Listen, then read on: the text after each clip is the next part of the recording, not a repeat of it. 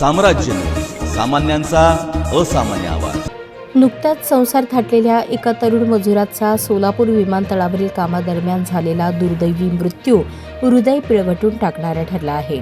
निशांत राजकुमार सुरवसे, वय 26, राहणार सिद्धार्थनगर, कुमठे, सोलापूर असे मृत तरुणाचे नाव आहे।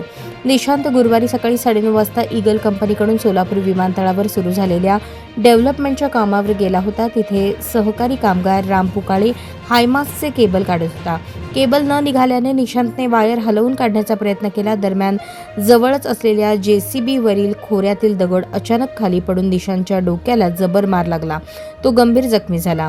कामगारांनी त्याला तात्काळ खासगी रुग्णालयात दाखल केले, मात्र उपचारादरम्यान त्याचा मृत्यू झाला। निशांतचे वडील पूर्वीच वारले असून आई, पत्नी आणि लहान मुलाचा आधार तोच होता।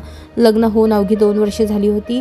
दिवसा विमानतळावर हेल्परचे काम आणि संध्याकाळी रिक्षा चालवून तो कुटुंबाचा उदरनिर्वाह करत होता। विमानतळावर सुरू असलेल्या खोदाईच्या कामासाठी कोणतीही सुरक्षित साधने उपलब्ध नसल्याचे सहकारी कामगारांनी सांगितले। निशांत सुरवसे मृत्यूप्रकरणी अकस्मात मृत्यूची नोंद झाली आहे। गुरुवारी शवविच्छेदनानंतर संबंधित कंपनीविरुद्ध सदोष मनुष्यवधाचा गुन्हा दाखल करण्यात येईल, असे पोलीस निरीक्षक प्रमोद वाघमारे यांनी सांगितले।